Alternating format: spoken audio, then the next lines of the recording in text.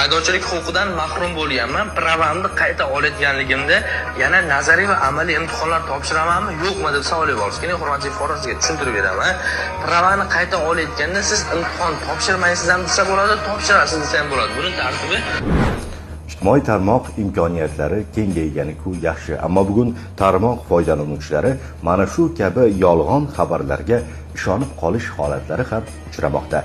2018-yil 31-may kuni qabul qilingan Vazirlar Mahkamasining 408-son qarori 2-ilova 37-bandida avtomototransport vositalarini boshqarish huquqidan mahrum etilgan shaxslar milliy haydovchilik guvohnomasini qaytarib olishlari uchun mahrum qilish muddatidan qat'iy nazar ma'muriy jazo muddati nihoyasiga yetgach majburiy tibbiy ko'rikdan o'tishlari, nazariy hamda amaliy imtihonlarni topshirgunigacha malaka oshirishlari, ya'ni imtihon topshirishlari shartligi belgilangan.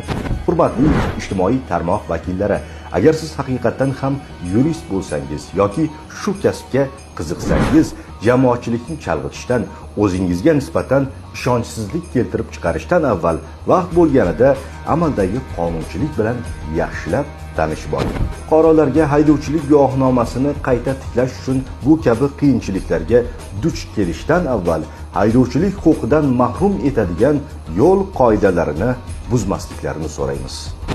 E'tiboringiz uchun rahmat.